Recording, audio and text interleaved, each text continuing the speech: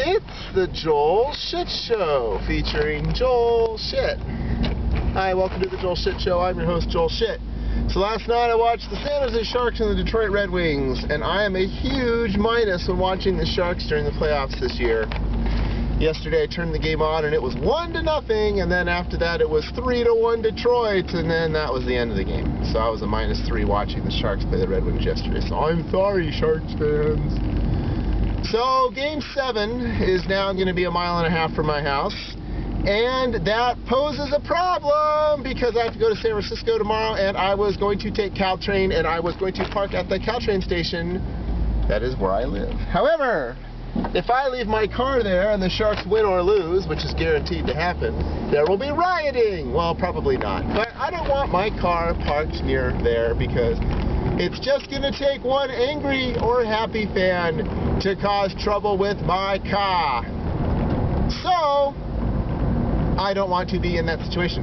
So after work tomorrow, I'm going to have to drive to Sunnyvale or Mountain View, wherever the bullet train stops, because it's one or the other depending on the bullet train, and then I'll take that to the city, and then when I get home I have to remember to get off at Sunnyvale or Mountain View, which sucks because there's extra 20 minutes on the train, there's extra 20 minutes of internet time on my computer with my smartphone, my Wi-Fi hotspot that I can make with my iPhone that I was so excited about.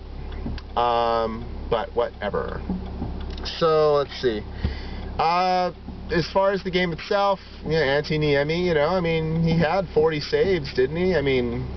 More than 40 saves. It's just Detroit beat the Sharks at the Sharks game, out-shooting the other team. So what are you going to do? By saving this type of defensive effort for Game 6, now I don't know that the Sharks know what they're going to do in Game 7 because they don't usually get treated this way. So we'll see what happens. We will see what happens. But, yeah, and other than that, let's see, I watched the San Francisco Giants and Arizona Diamondbacks, and the Giants won in the bottom of the ninth, 1-0.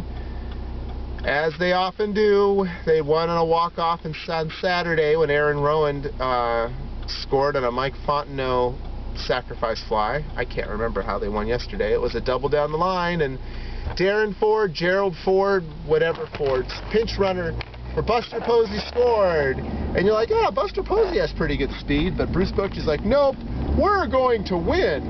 We're going to win right now, and we're going to pull one of our best hitters, who's only hitting .231 anyway. We're going to pull one of our best hitters for a pinch runner, because it's going to make a difference. Well, it did make a difference. So, see, pinch runners do make a difference, God damn it. So, and of course, in the top of the ninth, one of the Miguel Montero, no, not the catcher, because the catcher was the one that couldn't throw out Ford when he stole. But Buster Posey threw a guy out in the top of the ninth for stealing, and that was pretty awesome.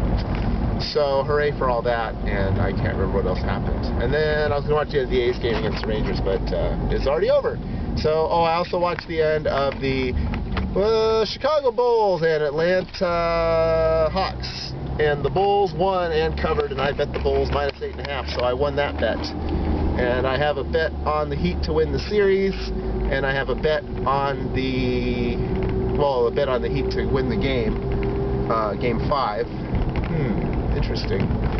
I should not have done that because I wanted to bet on the Heat to win the series, not necessarily Game 5. That was a mistake on my part.